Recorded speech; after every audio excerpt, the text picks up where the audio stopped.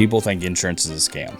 So how is it not? So everybody worries, well, I'm not going to get paid. I am underwritten by Lloyd's of London. Our policy is a true all-risk mortality policy. So far, we've had 100% paid on claim. Now, I can do everything right for 15 years, and there'll still be somebody out there that says, well, it's a scam.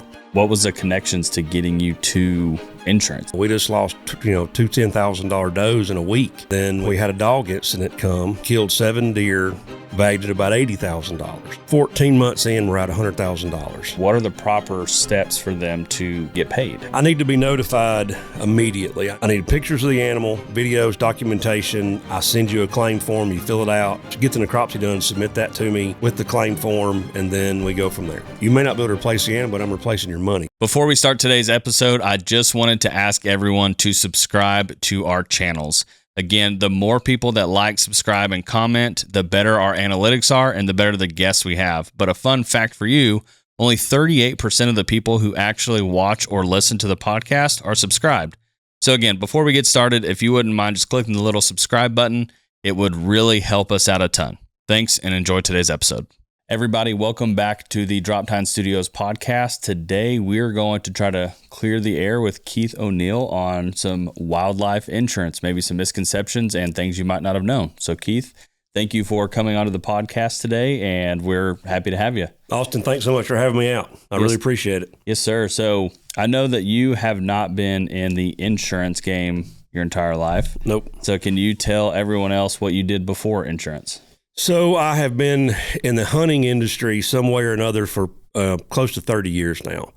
And the insurance thing just kind of happened. It was never a lifelong dream. When I grew up, I want to be an insurance agent, but here I am. And now I own 5 companies, and 2 of them are insurance companies. And this is all I do now. This is my main living, and I travel all over the country. We sell this nationwide. It's not just a Texas product.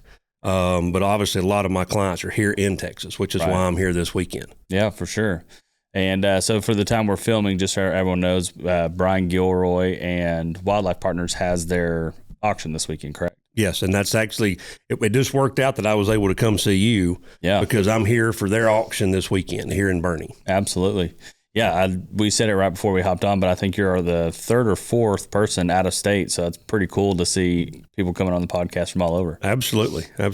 And so, I know you said it just kind of happened, but what was the connections to getting you to insurance? Did you just meet someone, or? So, one of my hunting clients has been in the high-risk insurance, I guess is the best way to put it. He does collegiate athletes, professional athletes, that type stuff. He's not doing car insurance and homeowners. And another friend of mine, he raises whitetails in Alabama, and I invest in his farm there at his house. And about 9 months in, within 1 week, we had 2 of our very expensive does die.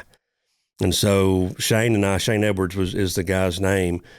He and I were basically sitting there crying over our beer thinking, man, this isn't how this is supposed to be going. We just lost, 2 $10,000 does in a week.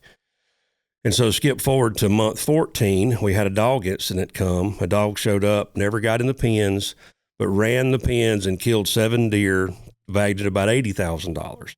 So for literally 14 months in, we're at $100,000. And so we're crying in our beer again, thinking this is not how this is supposed to be going. And the word insurance came up. And I said, well, I don't know. Let me call my friend David Brookbank. He's out of North Carolina. He's one of the owners of All Game Coverage. He's been in insurance for 30 plus years. And I said, is there any way to insure animals? I know you can do horses and cattle, but we have already looked and Googled, and we couldn't find anybody that would insure whitetails or exotics. Of course, we don't have exotics, but it started with whitetails. That was our goal, was to insure our whitetails. And before I know it, I owned an insurance company. And it was not, again, like I said, it was not by design. It's just the way it happened. Right. And here I am, 3 years later, and it's all I do now. Yeah. Man, it's only been 3 years. Only been 3 years. I know. I feel, well, good for you, because I feel like we've been seeing you for 5 years at shows. Yeah. I get around, but it's literally, we launched the company February the 21st, 2024. Nice. So, now it was 2 years in the making to get to that point. But it's literally, it started, I'm into my third year right now. Man, that's awesome. Thank you. How did a guy from Alabama, you told us how you got into the insurance. How did you get into the Texas market? So again, I've been in the hunting industry for all this time. And then once we started promoting, marketing, advertising, I started seeing that there's so much money. There's a lot more money in the exotic stuff than there is in the whitetails. Of course, whitetails is more of a nationwide than the exotic stuff is. But I kept getting calls about, kudu and sable and zebra and so on and so forth. And I was like, well, we've got a better market to get to the exotic side of things.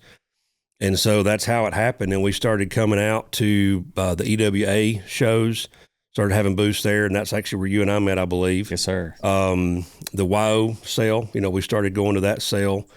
And next thing you know, I'm in Texas all the time, and I live in Alabama, but I'm out here all the time. Yeah.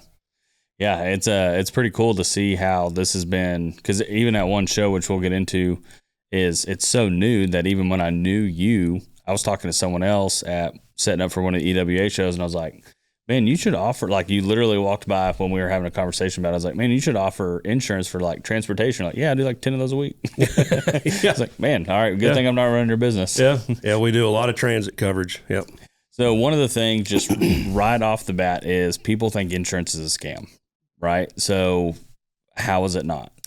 So I am underwritten by Lloyd's of London. Lloyd's is the oldest and largest insurance company in the world. They've been around for close to 400 years. They basically invented the insurance market. And there are 94 syndicates in the Lloyd's market. In each syndicate, they take on a certain risk that they want to put their money into. That's how it basically works. And so we have four syndicates that partner with us that back up our product. So Lloyd's will insure singers' voices. They insure Walmart. They insure all of your NASCAR drivers. They insure everything on the planet. So that to me is a testimony that it's not a scam, because we pay claims. Everybody, everybody worries, well, I'm not going to get paid. Right. There are certain things that are not covered, but our policy is a true all risk mortality policy. Yeah. We cover just almost everything.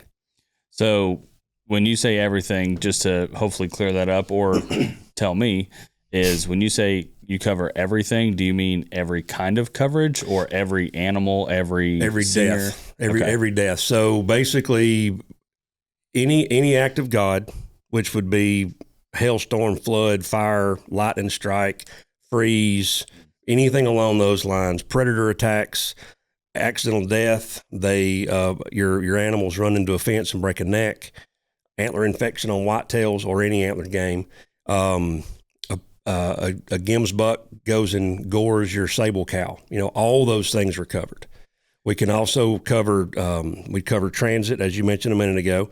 We can cover darting and capturing. So literally we can write just about anything. We can write 1-day policies up to 1-year policies. If you do a 1-year policy on an animal, it renews in a year. We have to start over with vet checks and things of that nature. But yeah, we can get pretty creative with what we cover. Yeah. So with that, I mean, is it just one policy? Someone calls and says, hey, I've got X animal, and you go, here's your one policy, or do they have options on different types of policies? The answer is yes to both. Okay. So you can have one animal covered for 7 days. You can have 50 animals covered for darting, transit in 1 year. It's again, we can get creative with whatever kind of coverage the client wants or needs. Okay. And so does a client have to come up with that idea, or do they call you? So whenever a client calls, I ask a lot of questions, and I get a lot of information from them as far as species, how many, the ages of the animals, how far are they being moved, your husbandry experience, things of that nature. And all that dictates how the rates are created for your policy. But then I'll ask you, what are you looking for? What kind of coverage do you want? Do you want to cover your entire herd of kudu, or do you want to, you want to cover your main breeder bull sable? It just depends on what you want to do. And so we do a lot of Q&A with everybody just to basically find out exactly what they want. That way we can kind of cater to what their needs are. Yeah, and so I know a lot of the times, like the shows, we would be partaking in afternoon delights with it at the bar. But when you tell me those stories, it seems like most people call you like at midnight and they're like, hey, I'm shipping out some animals first thing at 7 a.m. Did those get covered? No.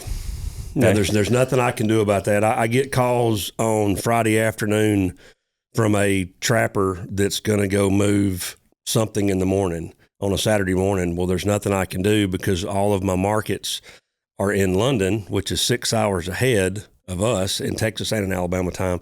And they're already at home. They're at home in bed. Now, I have got a couple done pretty big deals where I found out on a Friday and I got some stuff covered for somebody on Monday or Tuesday. We had a giraffe back in the fall that basically I got a call about noon on a Friday and we had the giraffe covered for Tuesday morning. And there was a whole lot of moving pieces to make that happen, but they had a deadline to move this female giraffe on that Tuesday and they really wanted coverage. So we made it happen for them. Right. But it's best if give me some time, So what is an ample amount of time that you would prefer?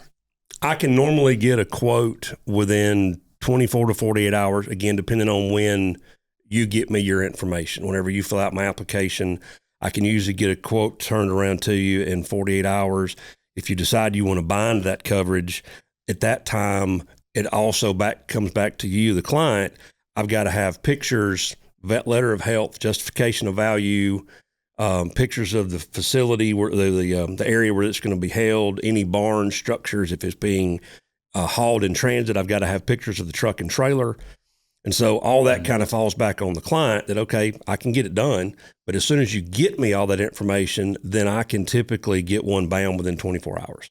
Okay.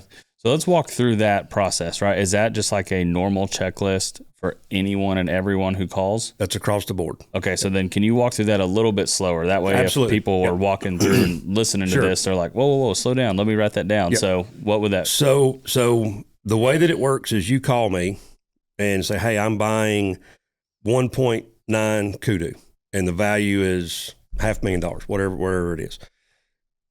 I will send you an application. You fill it out. We discuss, as I mentioned, what you want, what kind of coverage you want. And a lot of times I'll give people 3 options, for 7 days, 30 days, 1 year, whatever the case may be.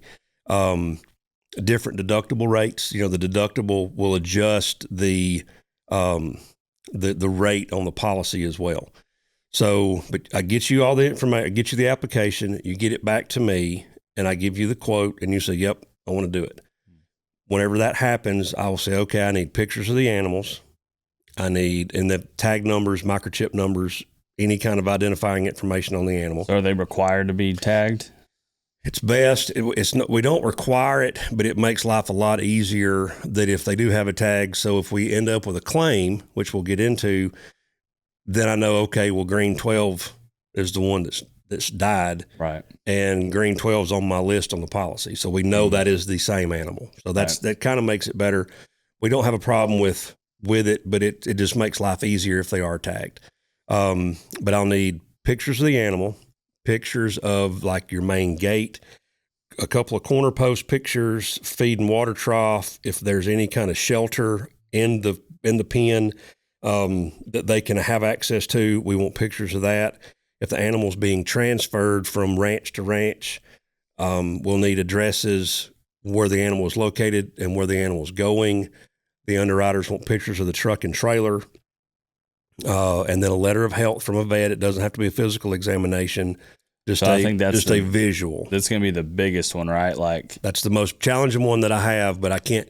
The underwriters won't do it without one. Yeah, well, rightly so. Yeah. Like if I was putting millions of dollars online, I want my bases because covered. they're not flying over from London to go look at this kudu in somebody's pasture, and I'm not coming either. Just to do it. So you have your vet come out and do it. A lot of times, more and more, we're seeing that the exotic industry vets, they're involved in a lot of the deals that I do. Right. And so a lot of them, they know they know me and I know them because we're kind of going hand in hand with things. So, Yeah. And then the justification of value, and those are, so we know what stuff's worth. We know what the animals are valued at for the most part. We have some outliers that are really, really expensive. Right. And then we have to justify, okay, well, you know, a kudu cow's worth 40 grand. Why is yours worth 100? Right. And then of course you can give me the lineage and we can do it that way. Or if you have a wire transfer, an invoice, a check, you know, where you wrote the check, that's the justification of value. That's a simple process. We run into problems with those is if the animal is born on your property. So you don't have anything in it. It's a free animal technically because it was born there. But then if it's a kudu cow and you want to insure for 40, okay, well that's what they're worth. Right. But insuring that one that was born there for 100, we can get it done. It's a little tricky, but you can usually get those done. Yeah, because I guess that goes into like if the bull, say it's 4 years later, and the bull now breeding them is the biggest bull out in Texas, right? Correct. So that would be. So what other dictates? Because we've seen the exotic industry since you've been in it skyrocket. Yeah, oh yeah. We've seen it tank pretty hard. I wouldn't say tank, but come down pretty significantly. So how are y'all running into problems like that, and then how are you helping find solutions to it? So again, it just all falls back on if you bought, let's just say you bought a kudu cow for $75,000 2 years ago, and today they're worth $35,000. Well, yours is still insurable for 75 because that's what you paid for, as long as you've got a documentation of some variety that says yes, this is what I paid for this animal. Gotcha. That's easier than going the other way. Whereas if, okay, you bought her for 35 and now all of a sudden kudu cows are 75, okay, well, why? You know, why do we need to insure your animal for more than what it's actually you have paid for the animal? Right. But again, we can trick around and we can usually make that work. Yeah, because I feel like the issue with that is it only takes one buyer to make it worth something. And so if Keith O'Neill says, man, I want Austin Braden's sable cow, and I just say, man, I don't want to get rid of her, you're like, I'll give you $100,000 for her. Guess what? I'm going to sell that sable cow. And now I have documentation of it. Yep. Now, do you have to have just, because it's just that one proof of insurance, right? Like, not insurance, invoice. Yep. Because it's just one buyer, right? Like there might just be one guy that either has so much money or not enough common sense to say, I shouldn't pay that much, or he's willing to say, I'll pay no matter how much because I want it. So there was an auction back earlier in the year that there was 3 animals that went way higher than anybody thought they would. Yeah, cuckoo bananas land. But at that day, there was at least 2 people in the auction that thought those 3 animals were worth what they sold for. Right. And so to that person that bought those animals, he was okay with it for whatever reason. He didn't know something that I don't know, I guess. Right. But he bought them, or whoever bought them. I'm not even sure who bought them, but whoever bought those animals, if he wanted to insure those animals, you know, that bongo that sold for $290 or $300 or whatever it was. Okay. Well, I mean, bongo cows are worth $125, but this one is not because it was worth that much that day. We could insure her for that much money. So let me ask that too, specifically on that. Is so if I remember correctly, I think it was like 310, but it was 3-1. So how, if I remember right, if it was for me, if I'll say it, I don't know if you can or don't want to, but at the Star S auction, I think it was 3-1. So it was mom, either calf or bull by her side, and then rebred. She was exposed to whatever bull it was. Yeah, I think they're out of Florida or something. Louisiana. Yeah. Yep. So how do you dictate how much was worth for the mom, the baby, and future baby? So the future baby has no value. Okay. We can't insure something that's not here. We can't insure pregnancies. We don't insure babies under 90 days old. Okay. So even if she had a calf on her hip that was 60 days old, yes, the animal has a value, but we can't insure it until she's at least 90. And the underwriters, it depends on the species and the values, what they will underwrite at that age range. Okay. Some species that are flighty, you know, like springbuck and some of the daintier animals, they don't want to insure them under a year. So, and I have no control. I end up being the bad guy because I want to insure your animal, but I have no control over that. Yeah, you're just a messenger. I'm just a sales guy. So how do you, if they're not tagged, if they're not in a breeding facility, how are you determining age? That comes from the vet, and we do Get the vets back and in. it's just a best guess. You Right. know, we like to know the age, but you know, it's not a perfect world. It's not a perfect scenario. We're not Right. going to be able to cover it across the board. Right. So, yeah, and that's where I think breeders come into a good play, right? Like being able to help predict, especially at these prices, right? You don't want to throw $100,000 out there and miss it by 2 years. Because, I mean, depending on what animal it is, or like a giraffe, that's not, if you're 2 years off, that is from breeding age to not a breeding age. mm-hmm. That's a huge mistake. yeah, and it costs you a lot of money, Right. or could.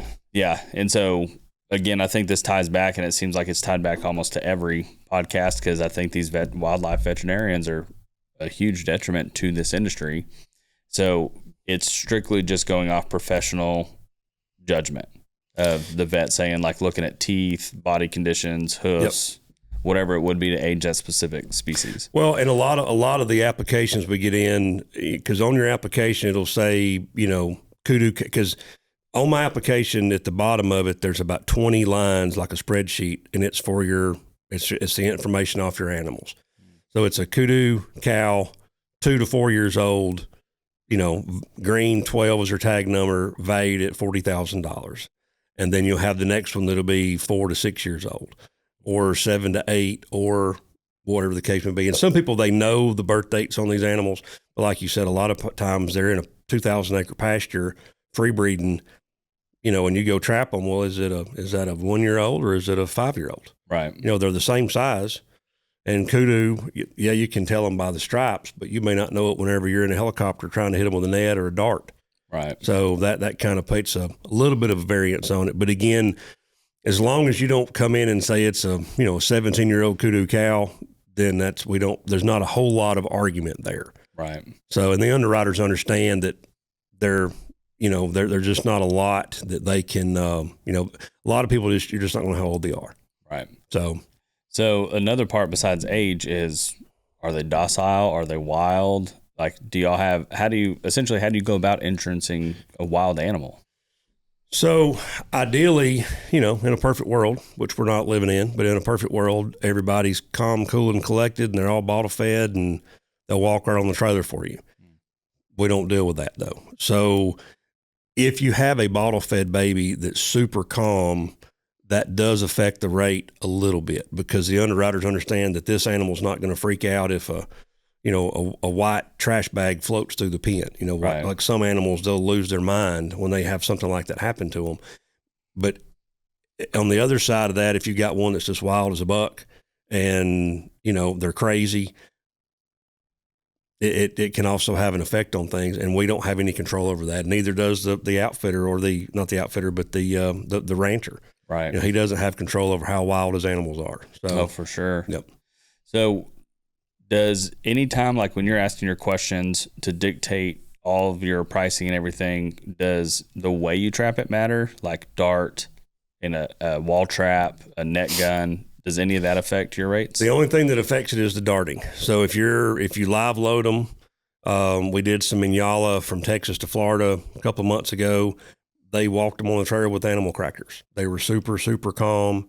That he didn't have to pay for the darting. Darting typically adds 1.5% to the overall rate. And that varies a little bit, but for the most part, it averages out about 1.5% to add darting. And why is that?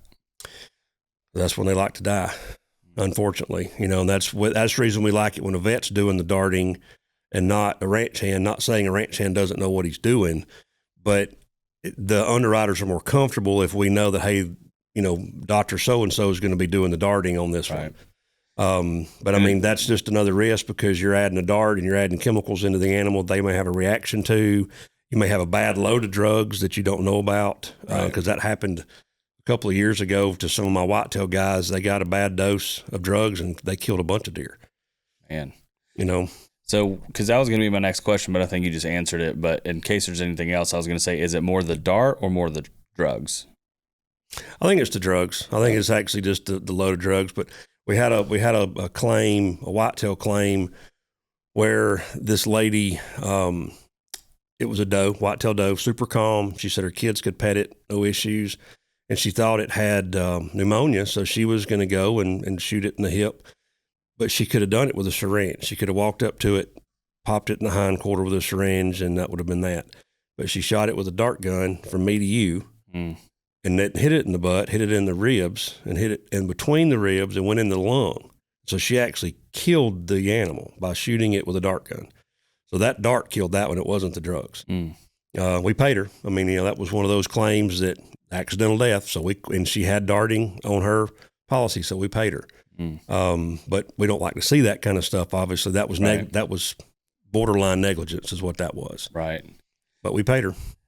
And so, man, I'm going to ask. This wasn't on my questions that just came to my mind. So, like, some insurance place, like vehicles, right? You get in 10 wrecks, you're kicked out.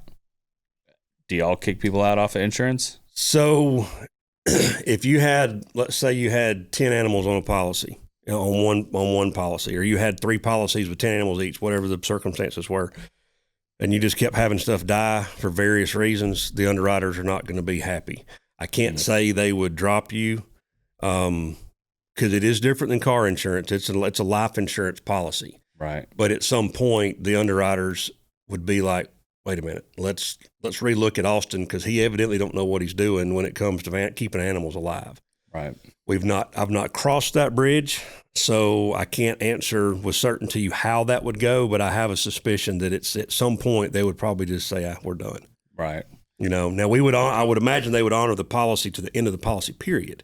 If it was a year policy, per example, and you lost half of your herd from different problems over 6 months, they'd probably ride out the last 6 months, but they wouldn't. I don't think they would renew you. And again, that's also out of my control. I don't have any control over that part. Yeah, let's make it clear. Anyone listening, Keith can only do so much. So do they also, like, if you have a history or anything else, that your premium can go up because you have a bad history? Knock on wood, we haven't had that problem. Good. Because we've had a couple of renewals. Again, I'm only into year 3 here, so I don't have a whole lot of years worth of data to say, okay, well, in this case, this happened, or that case, that happened. But I do have a West Texas client that she had a deer die on her. She had a fallow deer die on her, and we paid her for her claim, and it was a fluke accident. It was the deer broke its neck, just all of a sudden freaked out and went and found a fence post and broke its neck and killed it. That's what happened to it. And whenever she renewed, her rate was the same. Actually, it went down a little bit. Because she was a repeat customer, so she had a little bit better rate whenever she renewed. So in her case, it didn't go up. Right. Since 1967, the Exotic Wildlife Association has supported conservation, advocacy, and education for the exotic wildlife industry. EWA brings together ranchers, breeders, conservationists, hunters, and wildlife professionals who are working to protect the exotic wildlife and preserve the industry for the next generation. EWA members receive access to valuable resources, legislative support, networking, education, and of course the EWA registry. Learn more or become a member today at myewa.org and follow the Exotic Wildlife Association on Facebook. Do you own high-end animals? Are you listening to this podcast because you're interested in getting insurance on them? Then they're probably worth promoting. Drop Time Studios is a full-service media and marketing agency who is here to promote your investments. Just remember, if you want to insure them, call Keith. If you want to promote them, call Drop Time. Yeah, because that's the one part. And again, I feel like I only have insurance on most everything else I have. Like, I don't have animal insurance, but because I have to. Mm-hmm. And because I feel like everything else for me is fraud. Maybe that's not a scam. I don't know the right word to put it. No, I get it. But I'm trying to just do the words that I feel like anyone else that might be on here that wouldn't necessarily come say it to your face or trying to present it. But how would you say that, hey, this is a fraud or a scam or a hoax? Because you've already given the history of why you can get paid. But I hate insurance in general. I do too. I don't like it either. And here I am selling it, but I don't like having to pay car insurance, homeowners insurance, health insurance. I don't like any of it. But whenever you have a bad day you're glad you have insurance. Right. So if you don't have a mortgage on your house, in most states that I'm aware of, you don't have to carry homeowners if you don't have a mortgage. But most people, if they're smart, they still carry homeowners, because if you have a tornado or a hailstorm and it destroys your $25,000 roof, the $3,000 a year you've paid in homeowners insurance, or $5,000 or whatever it is per state, you're glad you paid $5,000. Right. Now, you may pay $5,000 a year for 10 years and never get a claim. Right. Does that come across as a scam? Kind of. I'm not going to argue with that. But on the other hand, if you have 3 claims in a year because you had a flood and you had a roof problem and you had this problem and whatever, and then all of a sudden the insurance company's paying you, then you're not upset about having insurance. Right. So I tell people, like I was telling you before, I get calls all the time. Man, I wish I'd known about you last month because my so-and-so died. Well, my response is always the same. You can't get insurance on the car you just totaled. Right. It's too late, So the benefit is, if you're running your animals, and I'm not a CPA, so make sure if you're listening, you ask your own guy, because I'm not giving any legal advice or any financial advice. But from what I understand in most states, that if you're raising animals for a profit, it's a business of some variety, anything you pay in insurance is tax deductible.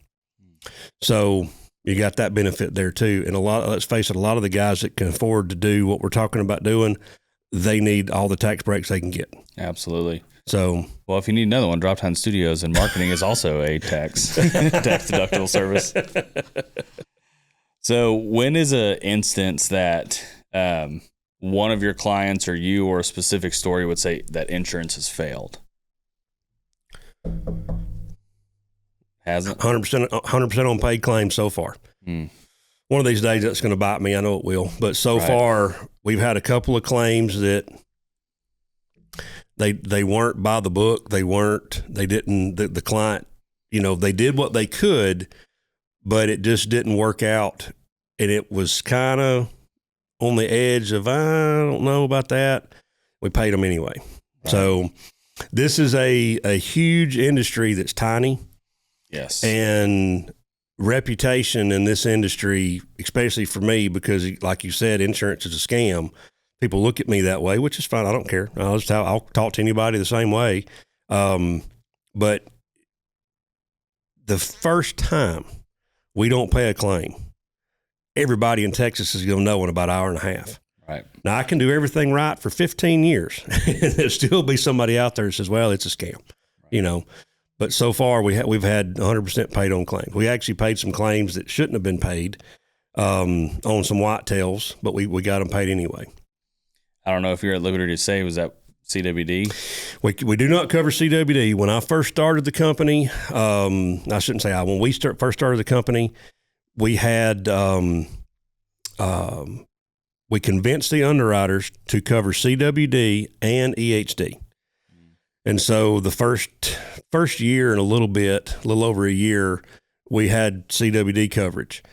And there was a ranch in Texas that they had a trace out from, in the stories that I was told, they had a trace out, and the state came in and killed like $2 million worth of whitetails in an afternoon.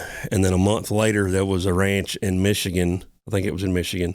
Same situation where they had a CWD trace out. The state came in, killed all their deer. I called London and said, hey guys, thanks for backing me up on the CWD idea, but we're not doing that, because we were in our infancy, and frankly, we still are, but I mean, even though we've got a pretty big book of business in 3 years, we're still in our infancy getting this, figured out and getting things done. But I knew that if I had a claim like that was $1 million claim on a total loss to government, because see, government slaughter is not covered. And that's because of CWD. And so I thought, well, there's no way we can do this. Was government slaughter covered before CWD? It was covered as long as it's not CWD. Now they've taken it all the way off the board. So, and then we still did EHD until last September. Matter of fact, the booth that I've got, I had just got it, and it says we cover EHD, and it's on my booth, and I just haven't made another one yet, but we do not cover EHD currently. I'm hoping next year I can get it put back on the program. But with the upper Midwest, they really, really got hammered last year on EHD. And so we decided let's just do away with it. And we had 3 deer, 3 bucks that died of EHD that we don't cover EHD, but we paid them anyway.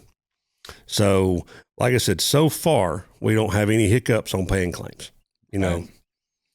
Yeah, because that was my thing. I remember the first year, I think I didn't know you yet, but I saw your booth and I saw the CWD, and then the next year I saw it was blocked out.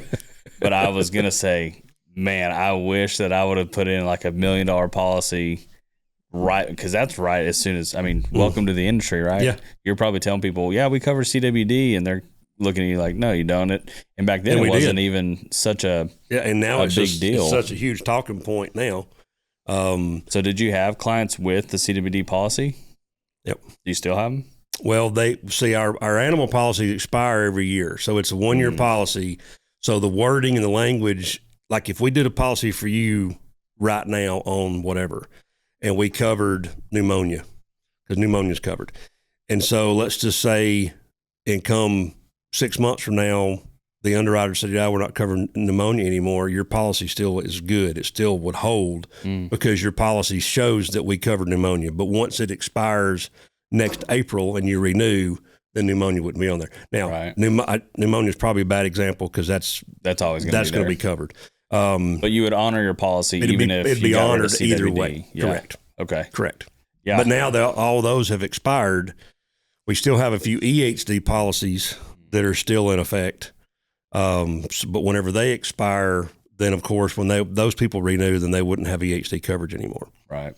And that's the big thing with the whitetail guys, you know, because that's just that's the biggest problem for whitetails is antler infection and EHD. That's what gets them.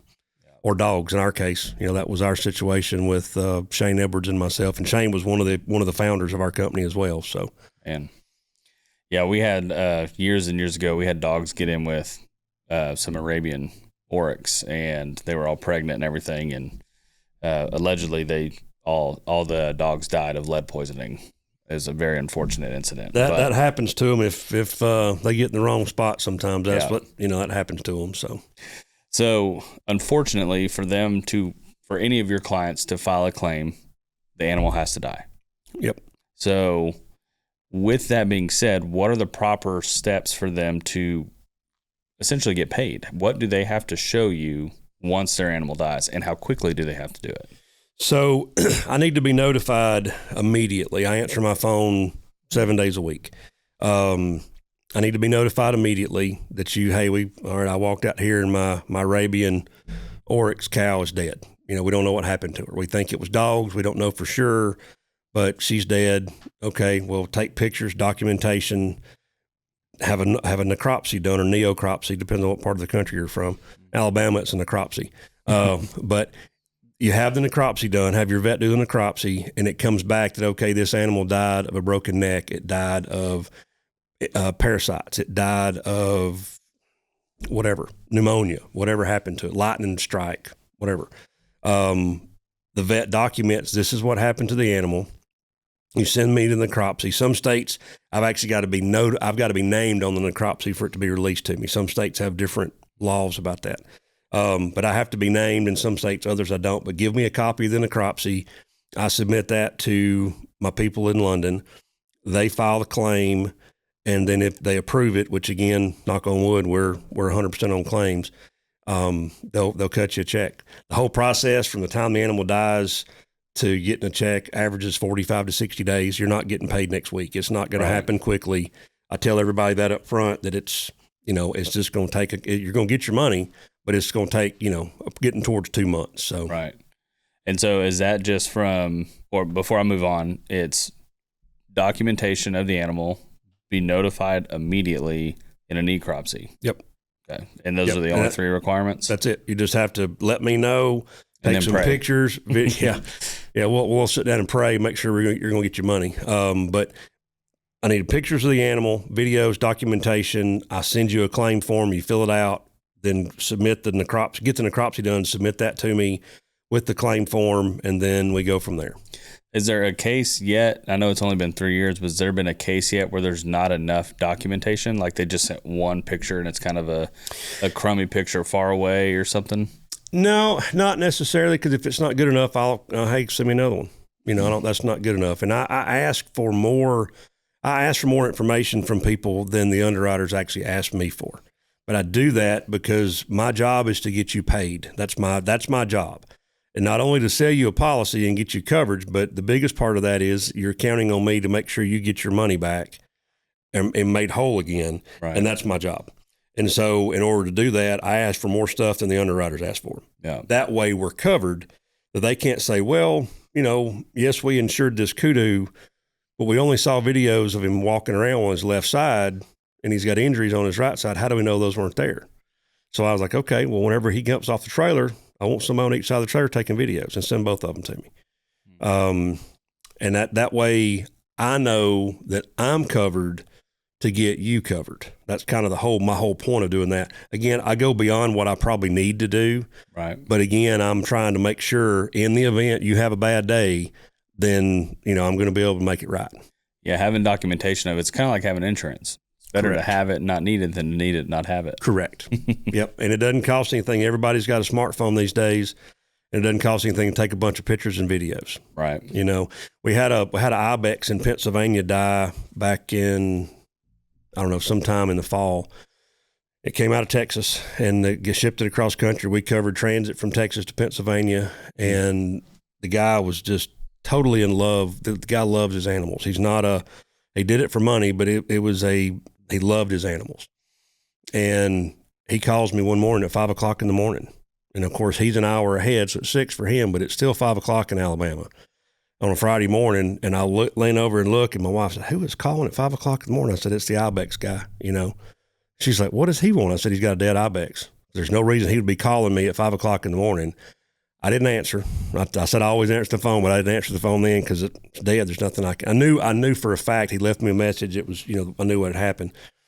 And he basically, I called him back in about an hour. I said, well, you know, get the vet out there. The guy was really upset about it. I said, because I forget the species, but there's like 2 of them in Pennsylvania, and he had 1 of them. I mean, you can't even hardly find them. I forget which one it was. But anyway, I got the vet out there, and he calls me. I said, we'll get the vet out there, or take him to the vet, have him do an necropsy. So the vet comes out. Well, the ibex is alive. And he was dead 2 hours ago. Now he's alive. So, yeah. A new policy or what? So I said, well, is he dead or is he alive? He said, he's breathing, but he's not non-responsive. So I'm on FaceTime with this guy in a pasture. He's in a pasture, and they're poking him in the eye and, you know, nudging him. He won't move. You can see him breathing. He's labored breathing, but he's breathing. Well, the vet said he's got a broke neck, you know, because he said he got his head tangled up in some vines, and they thought he had pulled back hard enough and separated his spine. That's what they thought had happened to him. So I called, and so humane destruction is covered. But because of the circumstance, I said, tell you what, let me call my guys in London and let me get absolute confirmation before I give you the green light to put this thing down. So I called my guys in London and said, yeah, it's certainly covered. Don't worry about it. So they put the thing down, and he calls me and says, okay, what do we do now? It's like, we'll get the necropsy done, you know, because we don't know for a fact that it's a broke neck. Even though I got approval to put him down for humane destruction, that doesn't mean it is a broken neck. Right. So I got it back on Monday. I don't know how in the world, and it was the most extensive necropsy I have seen. But the vet was over the vet school there at the local college or whatever, and he had his students just tear it apart that day, I guess. And it was totally infested with parasites. So we went from having a dead animal that's alive to it's got a broke neck because the vet says it's got a broke neck. They shot him and put him down, and now he's eating up with parasites, and we still got him paid. And it just the whole story kept changing the entire time. So I guess the moral of the story is document it. Get it documented. That's my whole point. Get it documented. Yeah. Man, that's insane. I guess, is there any other, what about transit stories? Is there any? No, I mean, we've had a couple of deaths on transit, and it was either travel stress or whatever, broken necks where they got upset in the trailer and got themselves hurt. But I mean, we got those covered as well. So, yeah. So a lot of the guys listening, whether they work animals, work on a ranch, but maybe they work on a ranch and don't have every species. Are there species that are more susceptible to dying that you've seen, that you've covered, than other species? We've probably covered more whitetails than we have anything. Other than that, I mean, I know, excuse me, there's, I know like Damas, people are, they're kind of dainty. Springbuck, Grants, gazelles, things along in that size animals, they're kind of flighty a little bit. But we've written more claims on whitetails than we have anything. Right. Yeah, I'm trying to think of, there's other species, people just don't like working certain things. Or like we were at a ranch the other day and they had, I don't know, probably 60 impalas, and they're just wild as get out in the pasture. Wild, yep. And I asked him, I was like, hey, and we're there on a job, and I was like, hey, if you ever want to sell any of these, I know my clients probably want them. He goes, man, I want to get rid of about half of them. I said, why don't you? He's like, because every time I catch them in the trap, there's either 25 in the trap and they're going to kill themselves, or say we catch 8, a good number in a trap, and they're so wild they're gonna bounce off the walls, but they don't let you get close enough. And he goes, the owner doesn't want to do a helicopter job, but they just keep reproducing. Right. And so yeah, it's one of those deals where a lot of people don't like really working with Impala unless they know what they're doing with them, because they're just little buttheads. We get a lot of calls for people moving Impala. A lot of the trapper, transporter, broker guys. I deal with a lot of those guys. I get calls all the time on Impala, and the last time we got a call on it, actually, we had him ready to go, and they could never catch him. Never were able to get him caught. So the guy said, I just got tired of fiddling with it, so I walked away from the deal because they couldn't catch him. So when they do that, I mean, it sounds like 100% they have to have a vet on site to see the animal. Yep. Is that before they dart it or before they catch it? Like they have to see them out in the pasture pen, see them in the bush. Is that what they have to do? Ideally, and again, in a perfect world, which we don't live in, but ideally the vet goes either that day or they go out the day before, a week before, and they look at a herd of impala. Let's say there's 50 impala ewes, and your guy's buying 8 of them. Well, you don't know which 8 you're going to get because they're not tagged, because they're free breeding on the guy's 2,000-acre ranch or whatever the circumstances are. But the vet would say, okay, look, I saw 40 or 50 female impalas. They all look good to me. Something along those lines. I need a little more information than that, but basically that would suffice.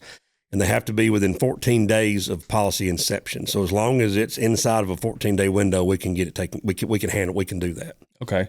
And so when the vet's seeing, you said you have to have a little more information. What information are you looking for with the vets? So basically, just a letter would say, I, Dr.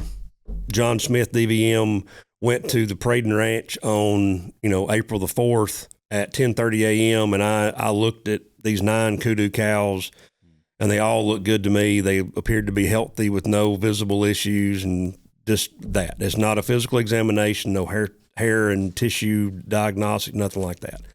Just a literal visual examination. And then I guess I know it covers you guys to say, hey, we had a veterinarian trained in this industry, or I guess just veterinarian in general, see that, but does it alleviate anything? Does it put any more pressure back on the veterinarian, like they're now liable? No. Okay. No, that's just their sign off on it that says, okay, yep, I looked at them, they look fine. The other day we did one.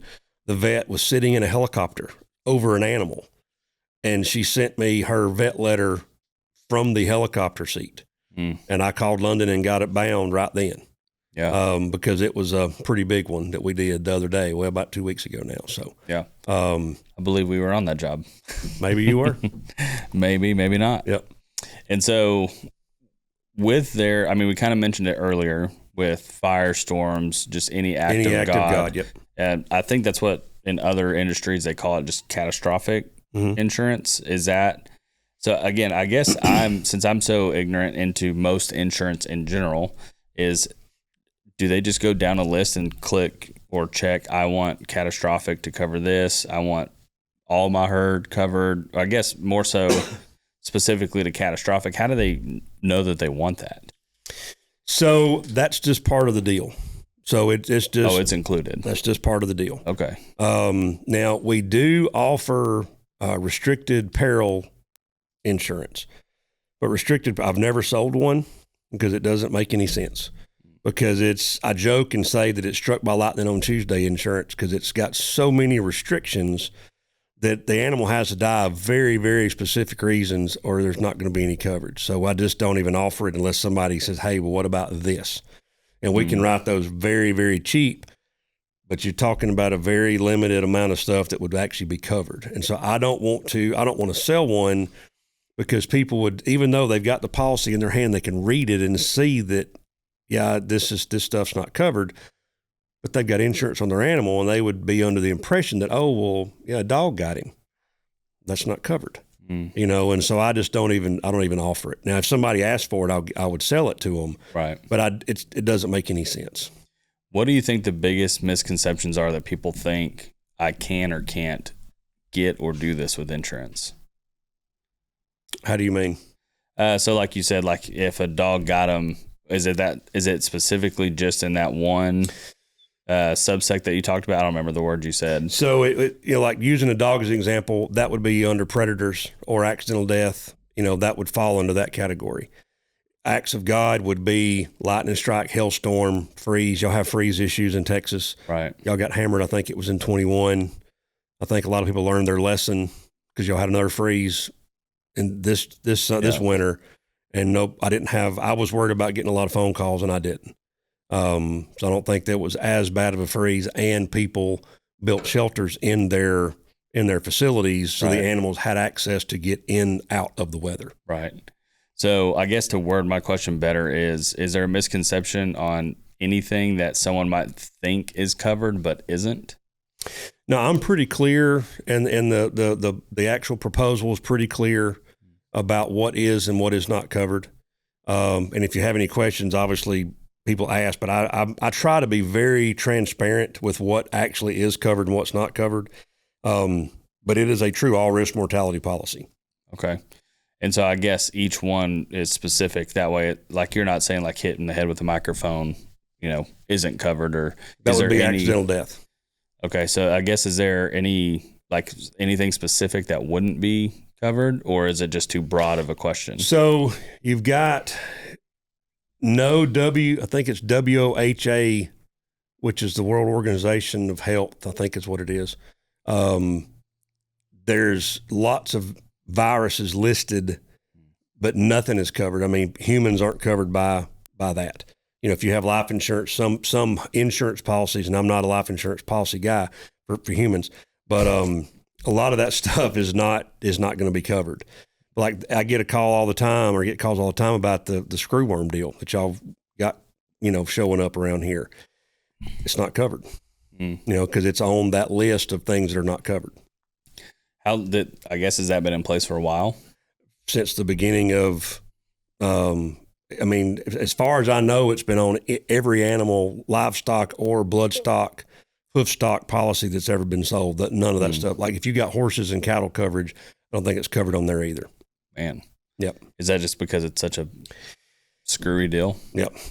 And there's no way to prevent it, really. I mean, you don't really have any way to stop it. Right. So yeah, it sucks, but I mean, there are certain things that we can't cover.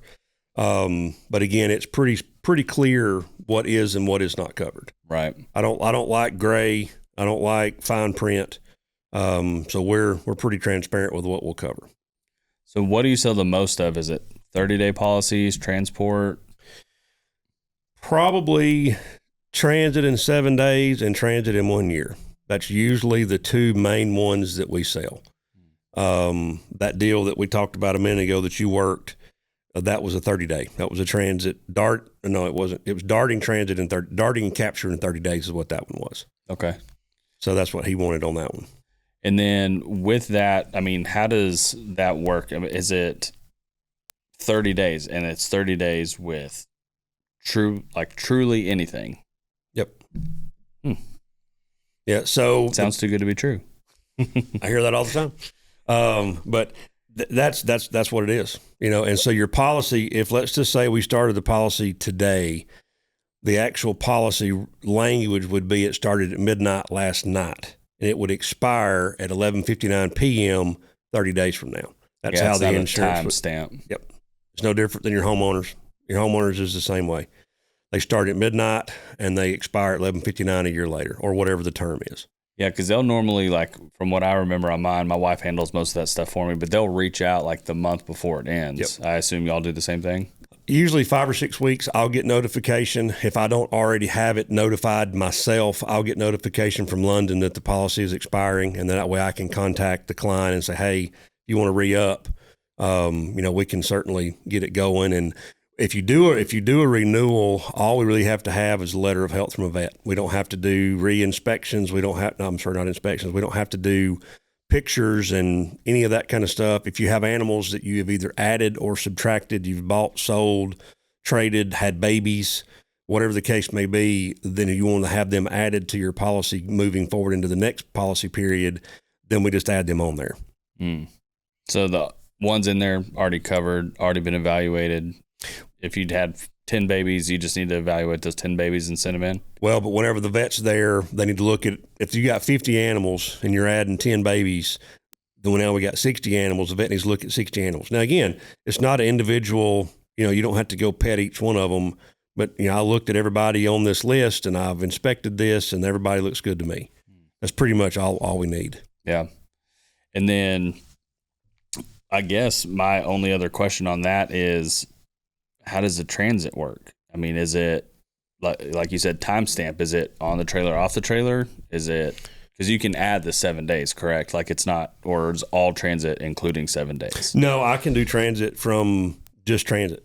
And as soon as it steps off the trailer, it's not my problem anymore. I can do 1 day, 7 days, 14 days, 30 days. It really doesn't matter. Once you get past about 90 days on a policy, it costs about the same for a year. There's not much of a rate discount difference in it from 90 days out to about a year. It's pretty much the same. But basically on a transit, if you're buying 5 Impala U's or whatever, and they're at the ABC Ranch, which is in Houston, and they're being transited 400 miles or 200 miles or however many miles it is, I need the address where they're located. I need the address where they're going. And then you tell me, okay, we're moving them in the morning. Well, I'll have the policy ready to be bound. And then if something happens, and I was actually having this conversation between the airport and here with a guy, y'all have weather issues and helicopter problems and wind and fog and occasionally rain that you can't trap them, or the animals don't go in the trap the night before like they were supposed to. As long as I've got everything lined up and you call and say, hey, it didn't work out this morning, we're going to try again tomorrow, then I just bump it a day. And so, but as soon as you get them trapped, whether it be darted or in a live trap, netted, whatever the circumstances are, the policy's already in place. And then you load them. I know the to and from point of where the transit's going to be. And then, you take pictures and videos along the way, because everybody does that anyway. Right. Just share them with me. Just give them to me. I don't share anybody's information. I'm not legally bound, I don't think, to not share somebody's information. I don't mind telling stories about this happened to this situation. Right. I just don't name names. Oh, for sure. So yeah, because the one time you do, and I don't want to say not supposed to, the one time they don't want you to. Correct. They're going to have a problem with it. Correct. Yeah, so we'll do the same thing as well. Like even yesterday, they asked me, hey, can we post this new breeder black buck that we were filmed and did this? I was like, no, because the owner hasn't released it yet. He would chew our ass if we released it before he did. Right. So little things like that is we'll be mindful of it. And then when you come up with your rates, is it percentage off of the valuation of the animal? Yes.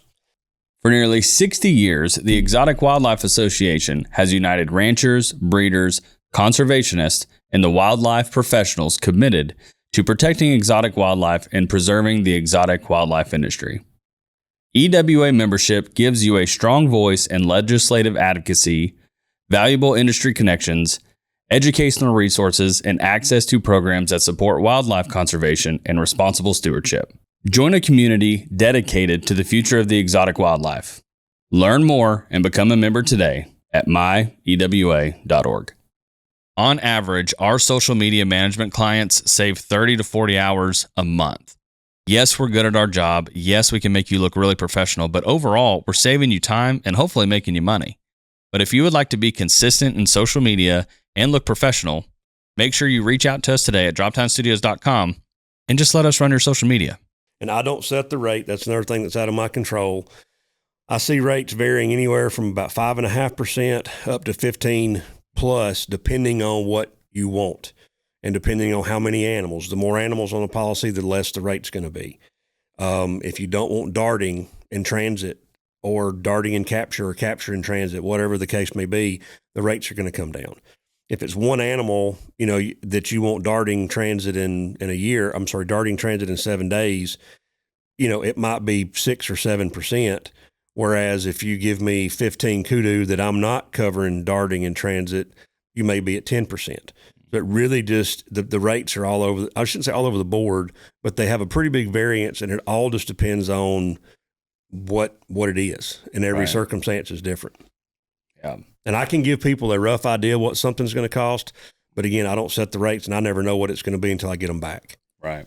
But again, like I explained earlier, we work with a handful of syndicates in London, in the London market, and we get them fighting against each other on rates sometimes too. So if somebody comes back too high or something that we don't feel is reasonable, then we'll say, okay, well, we're going to take it over here and let somebody else look at it. Right. So we try to get the best rate we can for our clients. So one of the things we said earlier is most of the guys getting this insurance, they need the write-offs, which means they have plenty of money, theoretically. Now, with that, what would you say to the guy that says, man, I've got enough money. I don't need the money from insurance. I just can't replace this animal. So, if you can't replace the animal, and I get that one too, because I have that conversation whenever you get into these really, really big animals or these expensive females, bull or cow, whichever the case may be, that you're right. I mean, it's a 4-year-old kudu that's 65 inches. They don't make those every day. That's few and far between. What's that animal actually worth? And so then we get into, okay, we'll cover him for what you think. We'll try to get justification of value because of this, this, and this, and we'll get that coverage taken care of for you. Then if you got plenty of money and you can't replace it, I mean, again, you may not be able to replace the animal, but I'm replacing your money though. Right. And you might be able to stick that money into an account until you can find that animal and you've got the money sitting there to go buy it. Right. Yeah, because that's how I feel anytime. Like, we just looked at our health insurance, and I know it's different than what y'all do. Right. But I'm like, man, I don't go to the doctor that often. And so that's where, like, how I'm coming up with some of these questions, right, is I'm looking going, man, unless I just died overnight, and it's different between people and animals. Sure. But I'd look at it and I go, I'm going to spend how much a month? I was like, unless I like just was cut in half, there is no cost at my doctor. So that's how I'm trying to come up with these. But yeah, I think that's the hardest part. And how do you value it at that? Well, again, it's what would one person pay? And then how much are their female selling for and offspring and so on and so forth. But yeah, because that's the hard part is I think a lot of these guys have the money, right? Like, because if someone came up and said, I have a 70-inch kudu at 5 years old, I probably know about 20 guys who want to throw their hat in the ring without asking. They just say, blank check, here you go. Because they know what they can do with it by breeding, producing, promoting, selling. Just they want to be that person. But he's not out there right now. Yeah. Or that animal's not out there. So, yeah, how would you value that, which is hard? I was notified of an animal about 2 months ago that they put a $1 million number on his head. And it's like, I'm not going to argue with you, but how do I justify that number when it's outlandishly higher than anything else in the market? Right. There's nothing to compare it to. There's no benchmark, but at the same time, there's no other animal on the planet the size of this particular animal that I'm talking about. And so we're trying to figure that one out right now. We're currently working on that project for that guy because it's like, how do we even, and we can get some stuff done. I say it's my team in London that gets everything done. But it's just, how do you value something that, like you said, it's a 70-inch kudu bull at 5 years old? Well, right. Was he worth? I mean, I don't know what that number is. And it's kind of like back to the Star S auction. somebody thought those animals were worth what they were worth. At least two guys thought they were worth within $5,000 of what they were willing to pay. So that's what they were worth that day. Yeah. So to those people. Yeah, that's the part where, you don't know what it is until you put it out in the market too. Right. So I don't even know what you're talking about for the listeners. Like, I have no inkling, but also, what is it worth if no one has it out there? And I guess that would be part of the premium too, is if, like you said, let's say black buck. If a black buck male sold for $15,000, that's pretty high. Right now, $20,000, pretty high end of that market. But there's been some that have sold for that.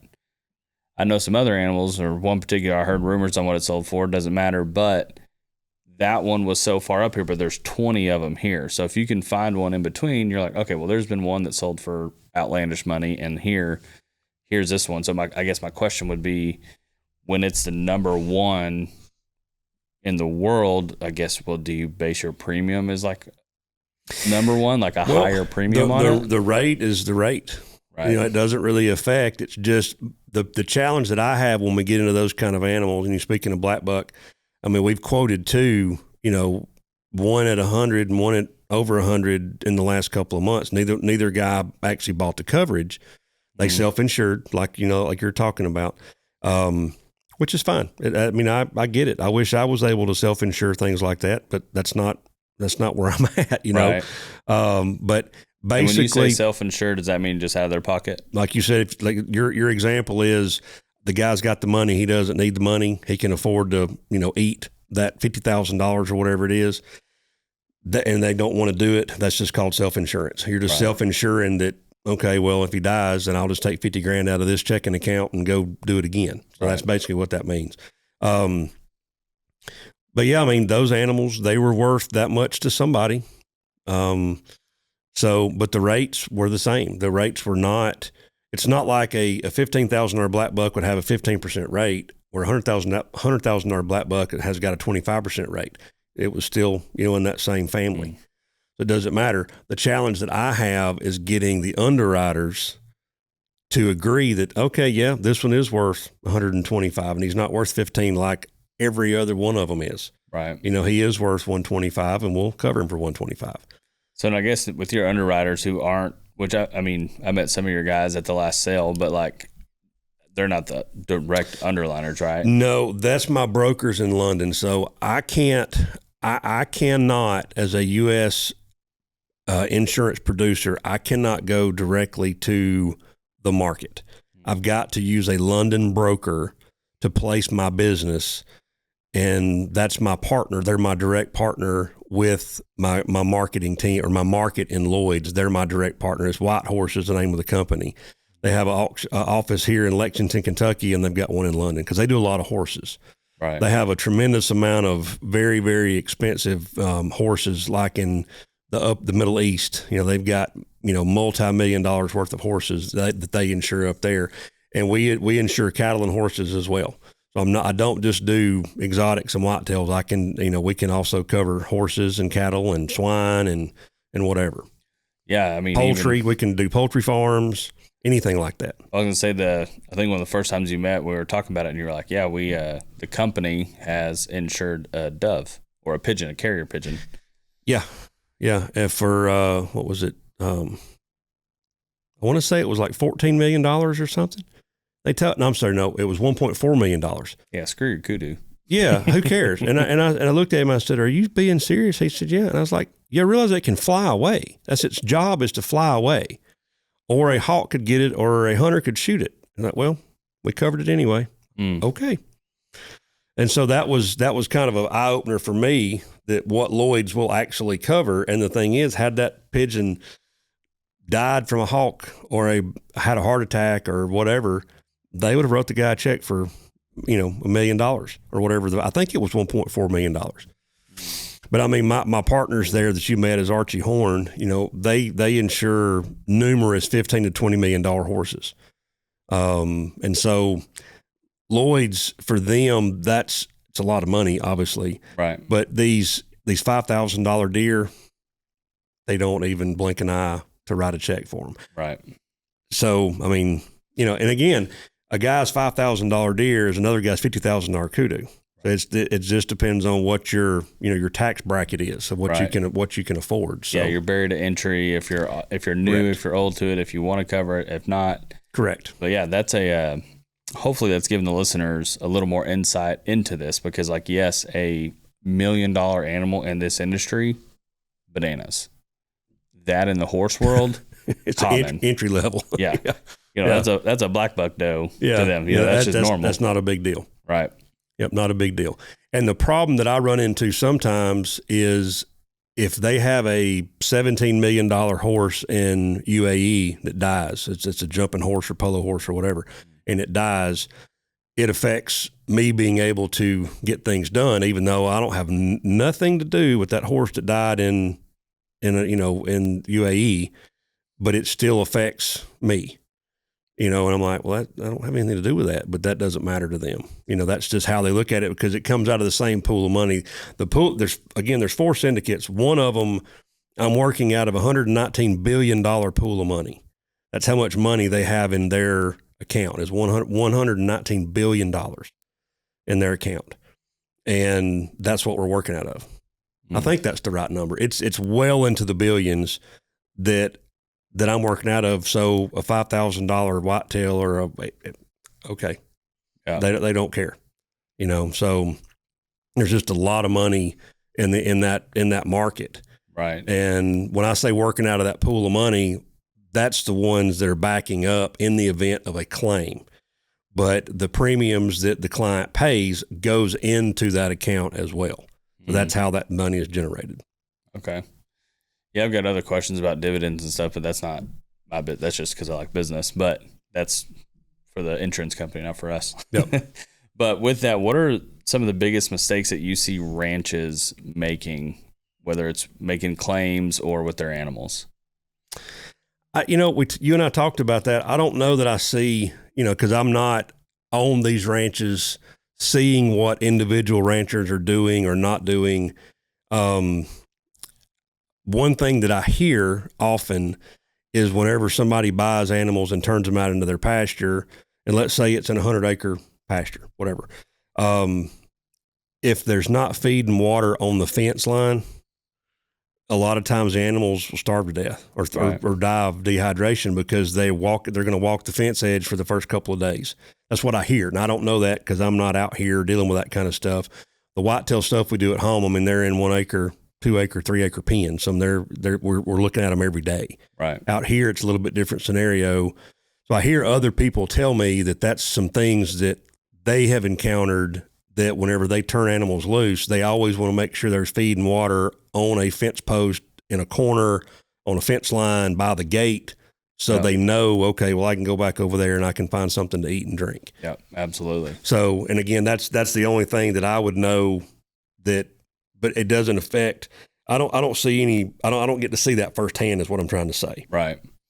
And so we hear of animals breaking their necks on fences, T-posts. I've heard of an animal breaking their leg on a water trough, stepping on it, however it was. Is there any amenities on ranches that you would hear or see? Like, is there a better type of fence material?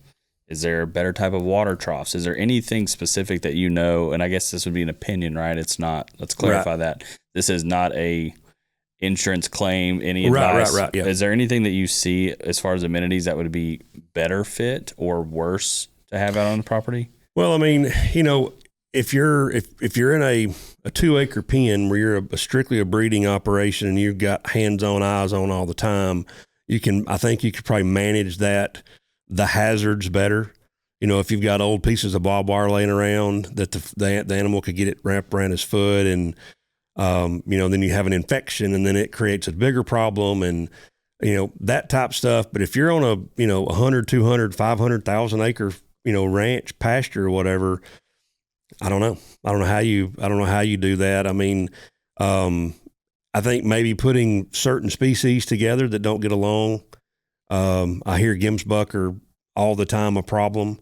So if you're in the Gemsbuck game, you might want to keep them separate, because I actually use when people ask me what all would be covered, I say And I always use this same line. Well, if your Gims buck goes up and stabs your sable cow, that's covered, because that's the guy that's going to be most likely to cause a problem, would be a Gims buck cow. Or a Gims buck. Zebras, they're buttholes. Some of them are calm, but a lot of them, they're just mean. And especially the males. And, that becomes a little bit of an issue sometimes. Matter of fact, the client that I'm working with now, she's got a couple of gravies, and she had to get rid of her male because he just beat up everybody. So she got rid of him, and she's in the process of looking for another, a breeder male to put in there with her girls.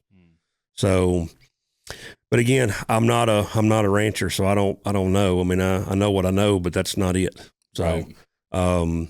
But as far as from the insurance side of things, that's the reason the underwriters want to see the feed and water troughs, the ponds, if there's ponds there, because a lot of guys, they've got a stock pond that the animals are relying on to drink out of. Right. And then they want to see pictures of the fence post, corner post, gates, to make sure, it's proper structure. It's not just something thrown together. Right. It's actually good, good quality stuff. Yeah, because I guess that would be my thought thinking about it, is like if there was a fence, because you don't want a fence too tight. You want to have some give and everything else. And so it was like, I guess the more you're in business, you'll find out, or maybe worth like documenting some time of like, hey, what fence material did you use, or what company put it together? I'm just trying to think of that way, because I think both of our reasonings, like my reason of doing the podcast or my reason of having you on and you doing the insurance, is to help the end user.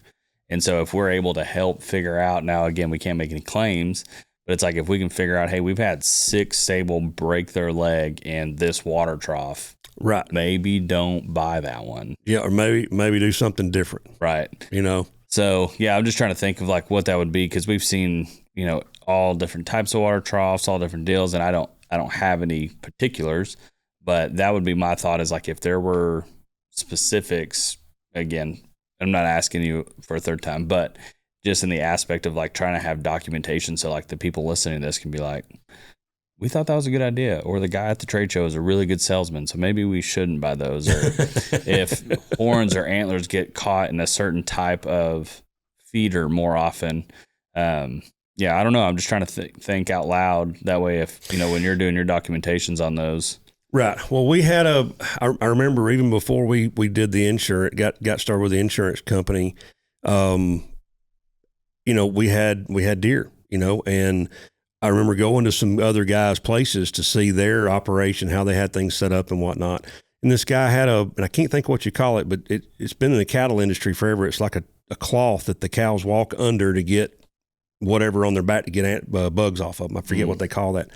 Well, the guy had something like that, but he had rope, like big grass rope, but it was too low. And I'm like, that's not a good idea, because I feel like that if they got up under there and they got their antlers into it, a lot of guys in Alabama, they cut antlers. I don't know, not everybody does, but we cut antlers, as soon as they start hardening, we cut the antlers off. But I was like, that's a terrible idea, because if he got his head caught in that, and then I've seen feeders, like you mentioned, where they get their antlers in the velvet, well, they scar them up, well, then they get antler infection, then they die. Right. So, that's another thing to pay attention to. Now, from an insurance standpoint, I don't know about all that. That's just a personal opinion that I see that I would have done it differently, I guess is what I'm saying. Yeah, I guess keep in mind when that's happening, or document it, and even if it's for me, if you can't say it, maybe I'll look at it. But I was curious about that, because hopefully with anything, there's predictability, there's trends, there's things that we could do, and whoever it would be, whether it's I keep going to the fence because people hit their fence, but not that you can predict like, oh, this material of fence helps prevent kudu break their necks, right?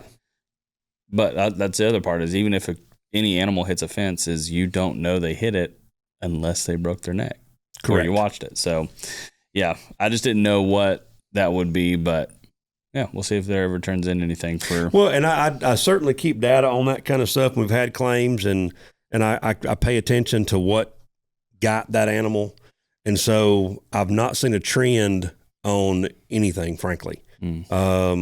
We just haven't had a trend that says, okay, this is what's happening to them. Right. We've not had enough claims, luckily, We've got a lot of policies in place, but we've just been lucky on claims thus far. And that's, you have catastrophic problems that one ranch could lose everything, and then all of a sudden I've got a gigantic claim, but Right. But for the most part, it's just one animal at a time. We had the one deal had 3 whitetails die of all of EHD, but everything else has just been one animal, and it was all totally random stuff that happened to them. Well, I guess unfortunate for those animals, but good for the conversation we're having. Correct. Or the question I asked. Yeah. I remember at a whitetail event, a whitetail breeders convention deal a couple of years ago, I walked up to get the auction book, before the auction started, and the lady says, "Well, you're the insurance guy. You'll have plenty of money to buy deer." And I'm like, "Well, I can't get deer from Louisiana back into Alabama, for one thing." And I said, "I'm not here to buy deer. I'm here to sell insurance." And her husband says, "Well, insurance is a scam. We had insurance and we had a deer die and they wouldn't pay us." Like, "Well, what happened to it?" And they're like, "Well, it hit the fence and broke its neck." And I was like, "Why wouldn't they pay?" "Well, we just had a restricted perils policy." And it was through another company that they don't get a whole lot of business because they don't pay claims.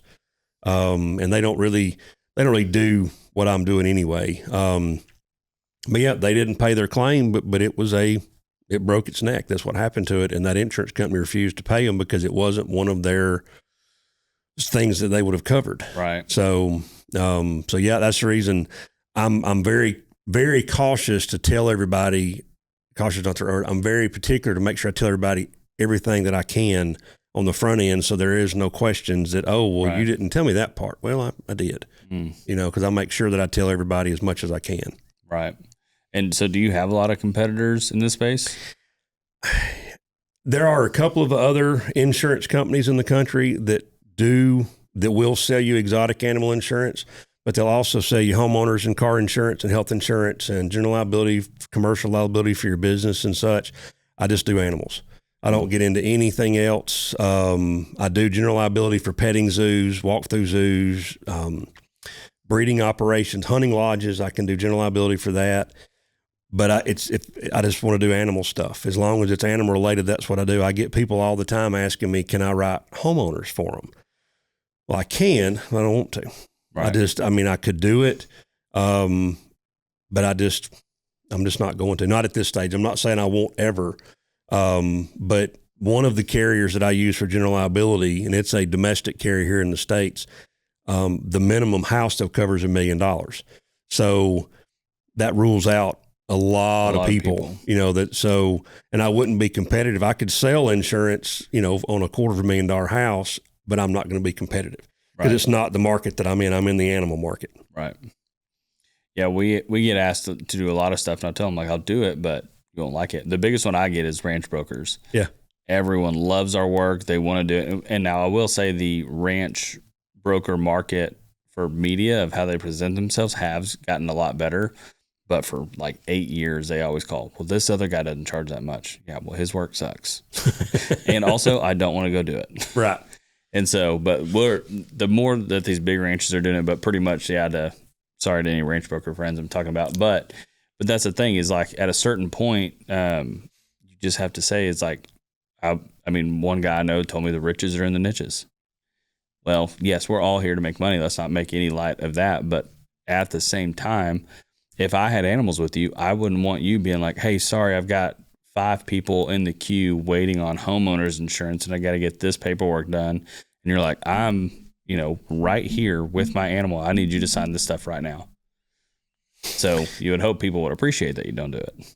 Well, I think they do. I think some people respect the fact that this is all that I want to do. I just want to do animals. I know animals. Again, I've been in the hunting business for 30 years. I've been very heavily involved in that for my entire adult career, and of some variety or another that I've been involved in the outdoor industries. Right. So I already know the animals. I know the way most ranchers think, not all. Some of them are kind of quirky, but for the most part, I've got common ground with every one of my clients. Now, my petting zoo side of my business, not so much. I mean, they're good folks. Nothing wrong with them. I love doing business with them, but they think differently than the ranching side of minded people think. Right. But we do. I do it because I love it, and yes, I'm hoping to make a living at it. But regarding the competition, like I said, I don't really look at that way. There's enough to go around, but I get a lot. I get a lot of it. Yeah, I get a lot of the business. So, and I'm busy enough. And I can handle more, but I'm pretty dang busy. Like I told you, between San Antonio and here, I had 7 phone calls that I had to deal with and I sit in your parking lot for about 10 minutes, dealing with some stuff that we do overseas as well. We do transit, overseas transit. We're doing some stuff to other countries currently. And then I mentioned to you before we got started about something in South America that's coming this way we're going to be involved with. So yeah. That'll be cool. Yeah. After it all goes through, we'll have you back on and talk about it. Yeah. Whenever I can talk about it, I will. I can't talk about it currently. So. Absolutely. And then do you have any other examples of, claims or anything that you've done in the past 3 years that has just like really stuck with you? Yeah. There's one that I use with the IBEX deal I told you a minute ago. That one was kind of not what I would call normal, the way that it went down. But I had a claim. A guy that he's a Texas guy. He had a kudu that we covered, and like I mentioned, I've got to be notified within 48 hours. Well, they were keeping an eye on this animal every day. It was a hunting animal. They were going to be hunting him, and they couldn't find him for like 4 days. They were out there trying to find him every day and couldn't find him. They were calling me, "Hey, we can't find him." Like, okay, well maybe he's fine. Then they finally find him. And he's dead. He had been dead for probably 4 days because he was bloated and the varmints had already got to him. And so he calls me and he said, "What are we going to do?" And I said, "Well," "file the claim, get your vet out there. We'll do all the steps. We'll get it all sorted out. Any idea what happened to him?" "No, we hadn't seen him in 4 days. We don't know what happened." They found him in a big brush pile. He just crawled up in a brush pile and died. And the vet goes out, does the necropsy, and he had blue shit all over his body, like on his side and on his haunches. And when I say shit, I mean poop, like it was bright blue. And the vet said in his necropsy, "I don't know what killed this animal, but we think it was he ate something toxic." That was what the necropsy showed. We paid him. We got him paid, But I tell everybody, it takes 45 to 60 days from the time your animal is dead and you call me, "Hey, Keith, I got bad news," to let me know that's going on till you get your check is 45 to 60 days. I don't write the check. The check doesn't come out of All Game Coverage. Right. It comes from Lloyd's in London. It's where the money is generated from. And so I tell him that. Well, so I get notification that the claim had been approved. And I was kind of worried because the animal had been laying there for 4 days. The vet says, "I don't know what killed it." It was a lot of uh-ohs and whoops and a hopes and let's pray about this for a minute. And, so I said, "Hey man, I got good news, bud. We got your claim approved." He said, "That's great, man. That's great." So, okay. Cause I found their kudu that I want to buy because they were this policy was it was a darting transit and 71-day policy because they were going to hunt him on a certain date. So the policy ended at midnight the day before they were going to hunt him. Well, he ended up dying about, 2 months in or something, a month and a half in. And so nevertheless, I call him. I said, "Yes, I got you approved." I said, "Like I told you, it takes 45 to 60 days. We're in this for probably 30 days. So I'm assuming you'll get a check in 2 to 4 weeks." I said, they don't notify me when they mail them. I said, "I have no idea until you call and say, 'Hey Keith, I got my claim check. Thank you.'" So I had called and told him all this. Well, then I was at the YO sale. This was this time last year. I was at the YO sale. And this guy walks up. He says, "Hey, I'm so-and-so. Good to finally meet you. Where's my money?" I'm like, "Well, what do you mean, where's your money?" He's like, "Well, I hadn't been paid yet." I thought, it was like a month ago. You should have already had your check. He's like, "I ain't got it." "Oh, okay." Well, of course, there's no cell service at the YO. So I had to go back to the lodge and leave the sale, leave my booth and go back to the lodge to get on Wi-Fi to call London on a Saturday and say, "Hey, man, what's happening here? This guy's in my face." He wasn't upset. A little upset, but he wasn't mean. And I get it from his perspective. Whenever somebody says, "Hey, your check's in the mail," A month later, it ain't showed up. Okay, well, where's it coming? Where's my check coming from if it ain't made it yet? Right. So I get back and come to find out the lady that mails the checks from London had gone into labor early and left the pile of checks. And it wasn't just his several thousands of dollars worth of money. It wasn't his. That was $250,000 checks for sports athletes' knees and a $3 million check for a pitcher. I mean, all this stuff was just laying on this lady's desk and nobody'd mailed it. And so I said, hey man, just so you know, they're going to wire your money. This is what happened. And I wish they would have paid him like on Thursday or Friday before the WIO sale, because he would have told everybody at the sale, hey, you need to go talk to him. But that didn't happen. But on Tuesday, when he got his money wired to him, he called me, hey, thank you. I appreciate you taking care of this. I bet I had 10 phone calls that week that generated from him getting his check. Like I said earlier, I do everything right, and it still takes forever to get people to trust that this is real. Right. One thing goes wrong, and everybody in Texas knows it's about an hour and a half. Right. So that's a case in point that I've told that story very, very often as well, because it's like, you know, this is what happened. I mean, life got in the way. This lady went into labor. It wasn't her plan. She went into labor a month early, you know, and nobody knew that she had a stack of checks on her desk. So just oversight. So anyway, but he's happy now. Yeah. He's happy with me. Well, that's always good. I wanted to see, I don't know, I believe I've seen that it's out there on Wildlife Buyer. Can we talk about that? Mm-hmm. So on Wildlife Buyer, it seems like y'all offer insurance on there now. So how's that been going? And I know that was a long process getting started. Protect your investment, preserve your records, promote responsible wildlife management. The Exotic Wildlife Association Animal Registry is working in conjunction with the Veterinary Genetics Lab at UC Davis. This provides secure, professional record keeping for the exotic wildlife owners and breeders across the country. From documenting pedigrees to ownership to promoting herd management and conservation goals, the EWA Registry is a trusted resource for our industry. Whether you own one animal or manage an entire ranch, the EWA Animal Registry is here to help. Learn more today at myewa.org. That's myewa.org. Whitetail and fallow breeders. We know that as summer approaches, your animals are going to be growing out their antlers. So if you would like us at Droptown Studios to market them with photos or videos, make sure you visit our website, fill out the form, and reach out to us. And exotic breeders, we know that you have a lot of sales coming up in August as well. So if you want to start promoting yourself at a trade show or put anything in the auction catalog, make sure you give us a call and we can help you market your exotics as well. Well, and we're still digging. There's a lot of moving parts to do what we're working on. So I was contacted by a guy that works for Wildlife Buyer as one of their animal handler guys at the WIO last spring. And he said, hey man, he said, I think, what you got going would be good for my boss, and I'm going to, see if he's interested in talking to you. So another guy, his partner, they have a catch company. These two people I'm talking about. He calls me, or he comes to the booth, and we're talking about it. And then he calls us, hey man, he said, I've got you a meeting with the owner at Wildlife Buyer. I'm like, okay, cool. That sounds great. So I'm thinking a phone call meeting.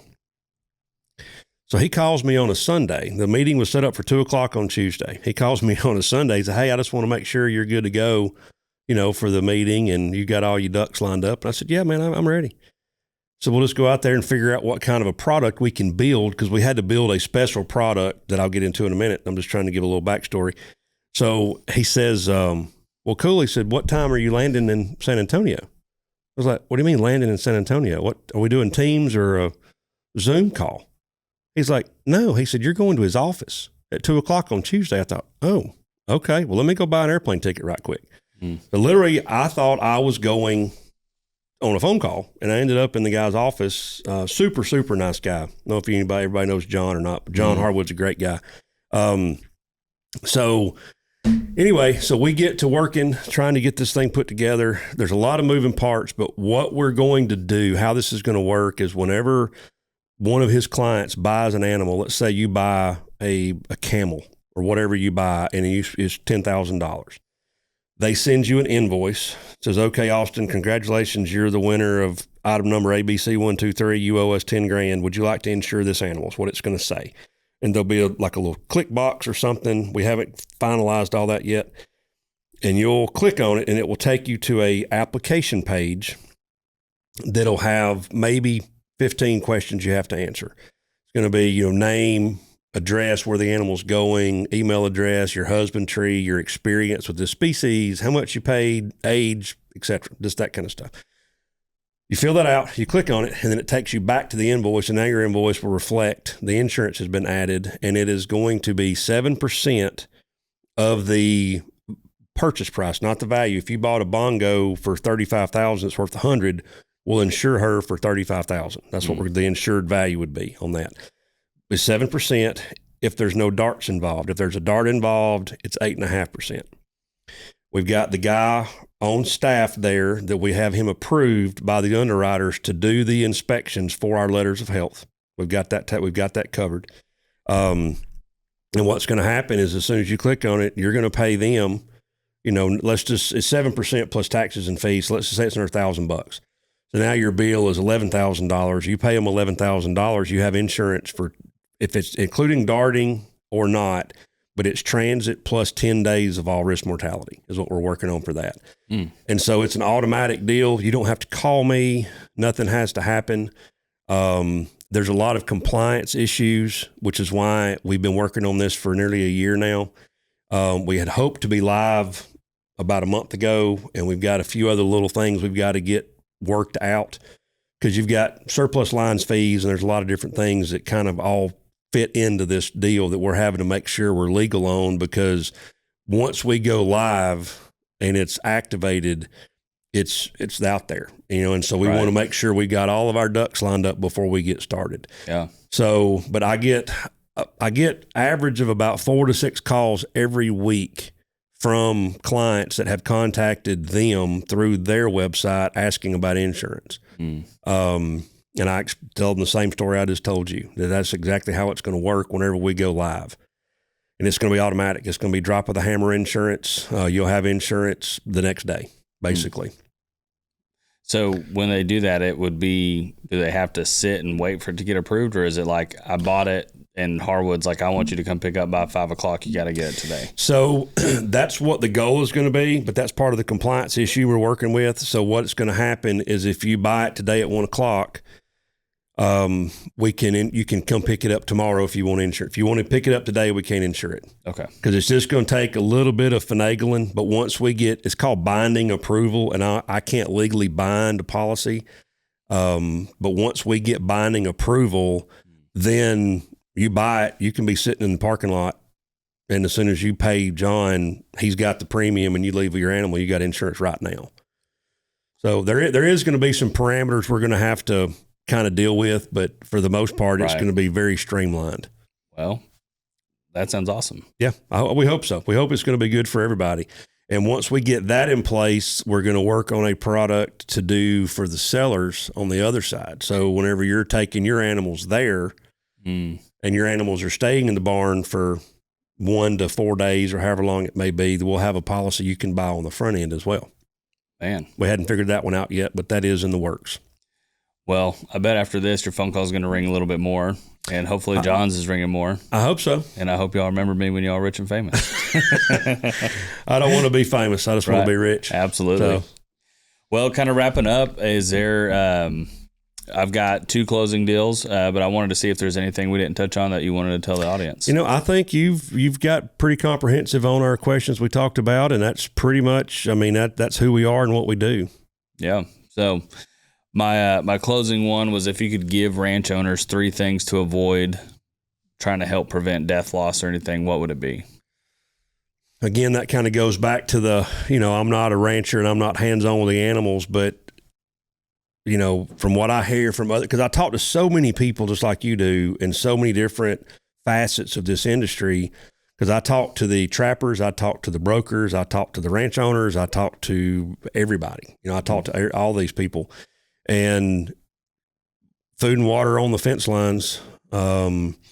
Make sure your pastures are clean so you don't have, and I know that's very difficult on a big place because you may have barbed wire that's 150 years old laying out there that you don't know about. You've got gopher holes that they can break a leg in, but the one thing that, I see as like a catastrophic situation that Texas has dealt with in the past is freeze. But I think a lot of people learned their lesson, as we discussed a little bit ago, about they built structures inside their facilities, and when they know weather's coming, they pull the feed from the local, the normal feed area and start feeding in the barns. Right. And so that way the animals, they figure out, hey, let's go over here. And that, I think that saved a lot of animals this time when y'all got hit, back in I guess it was in January when it happened. So that would be really the only thing. But again, I wish I had a better opinion about things. I don't, darting. If you don't know how to dart or you don't know the dosage, call somebody that does, because that kills them too,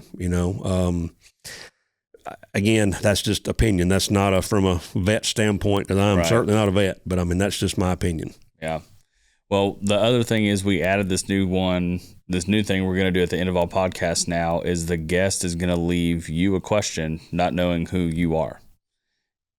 So I just said leave. So we had Dr. Sam Wilkinson on, and I just said, hey, you don't know who our next guest is. You don't know when he's coming on. Ask a random question.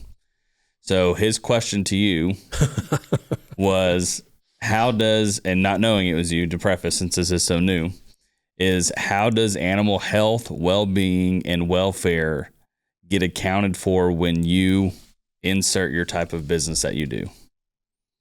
So I guess that actually fits pretty good. Well, that's what I thought.